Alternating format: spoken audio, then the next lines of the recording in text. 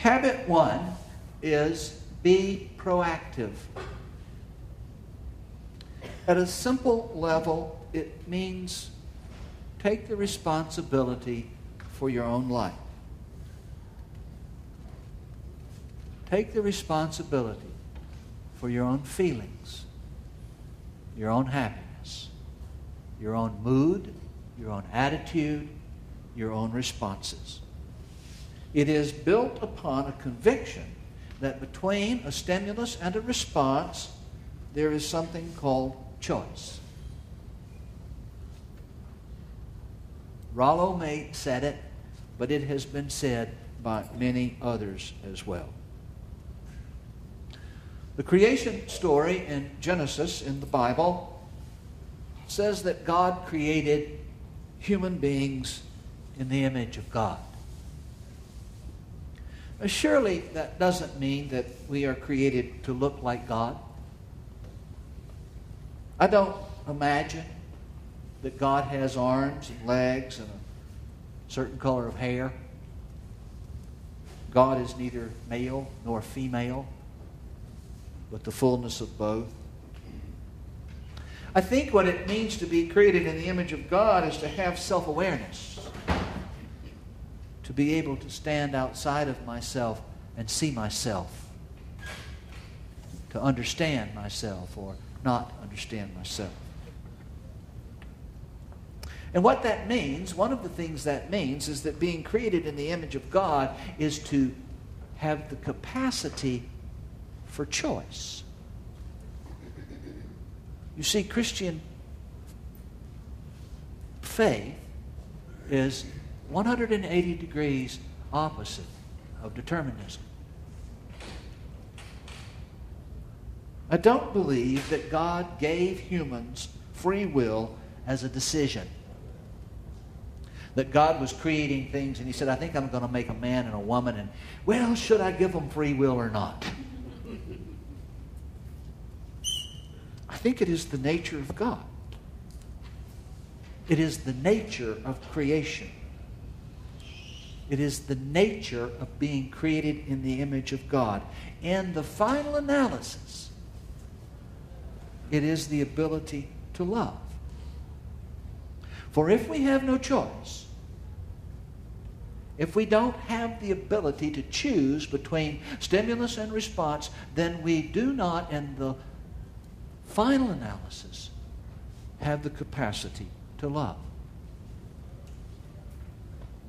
Being proactive is exercising that choice between stimulus and response. And of course, outside conditions and events have an impact on my life. Things happen. Good things happen, bad things happen. Habit one, be proactive, is not the denial of reality. It isn't Pollyanna kind of silly kind of attitude of positive thinking. It isn't ignoring the real world. It is choosing how to live in the real world. My house can burn down. Other people can treat me badly. People cannot like me. Can't imagine that, but some people don't. Others may be self-centered or selfish or rude. I can get sick. There is real sickness. There is real disappointment. There is real sadness in my life. Sooner or later, regardless of what choices I make, I will die. Certainly. But regardless of the external circumstances, regardless of what happens to me, there is still something between stimulus and response. There is still choice. Real freedom has to do with choosing how to respond, being proactive. Now, George is a hypothetical creature, and all this determinism stuff is about other people, not us. But here's a real person. Viktor Frankl. Born in 1905, and he lived to be 92 years old. Died in 1997, not long ago.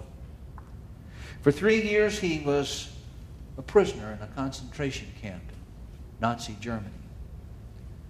His wife was killed, his mother was killed, his father was killed. The only member of his family to survive was a sister who had fled to Australia. Psychologist and later a therapist and an author of 32 books. A Jew who later married a devout Roman Catholic, and both of them went to synagogue and church their entire life. He credits his survival to his response, to his attitude. There's just tons of stuff written by Viktor Frankl, but here's a piece that he wrote, one piece. We stumbled on in the darkness over big stones and through large puddles along the one road leading from the camp. The accompanying guards kept shouting at us and driving us with the butts of their rifles. Anyone with very sore feet supported himself on his neighbor's arm. Hardly a word was spoken. The icy wind did not encourage talk. Hiding his mouth behind his upturned collar, the man marching next to me whispered suddenly, "If our wives could see us now, I do hope they are better off in their camps and don't know what is happening to us." That brought thoughts of my own life to mind.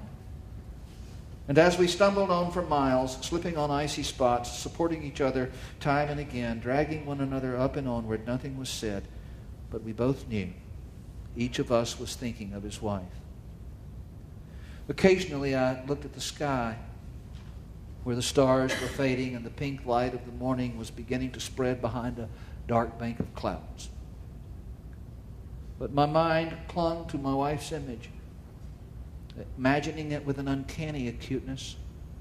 I heard her answering me, saw her smile, her frank and encouraging look. Real or not, her look was more luminous than the sun which was beginning to rise. A thought transfixed me. For the first time in my life, I saw the truth, as it is said into song by so many poets, proclaimed as the final wisdom by so many thinkers. The truth that love is the ultimate and highest goal to which man can aspire. Then I grasped the meaning of the greatest secret that human poetry and human thought and belief have to impart. The salvation of man is through love and in love. I understood how a man who has nothing left in this world still may know bliss, be it only for a brief moment, in the contemplation of his beloved. In a position of utter desolation, when man cannot express himself in positive action, when his only achievement may consist in enduring his sufferings in the right way, an honorable way, in such a position a man can, through loving contemplation of the image he carries of his beloved, achieve fulfillment. For the first time in my life, I was able to understand the meaning of the words, "The angels are lost in perpetual contemplation of an infinite glory." A real man. Thank you.